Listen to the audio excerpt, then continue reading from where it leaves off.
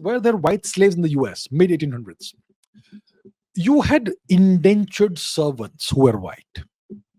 For example, you would have people who would come from, let's say, Ireland, who would be treated as indentured servants. Now, what's the difference between slavery and indentured servitude? Indentured servitude means you would be a slave for a certain number of years. So, let's say you are a poor Irishman and you are being oppressed brutally by the British occupiers of Ireland. You see, today, if you look at the map of the United Kingdom, you have multiple countries within the United Kingdom. One is England. The second is British occupied Wales.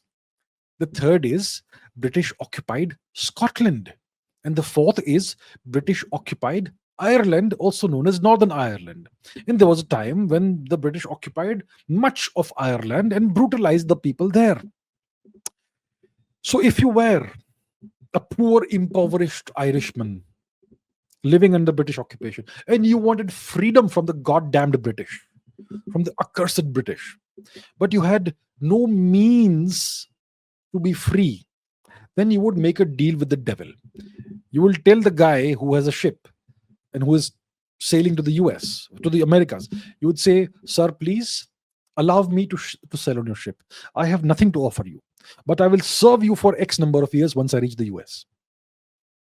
So then they would sign some kind of agreement. The guy who doesn't know, the poor guy who is illiterate, he will sign an X on some document, and that's it. And he would be essentially a slave for 10 years, 15 years, whatever the number of years was.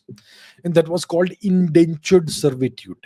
It was technically different from slavery, but it was almost the same thing, as long as that contract was valid. And the Irish were not regarded as whites, by the way. The Irish were racially discriminated against.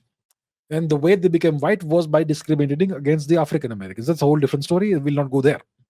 So you did not technically have white slaves in the US, but you had indentured servants, and you had a caste system in the US. So the people that mattered were the landowners, the rich people. And if you were a white person with no land or whatever, then you were like almost the same in a societal level as a slave. So technically, you did not have white slaves, but for practical purposes and for all intents and matters, it was very similar to slavery, especially for people like the Irish, maybe even the Germans for a while.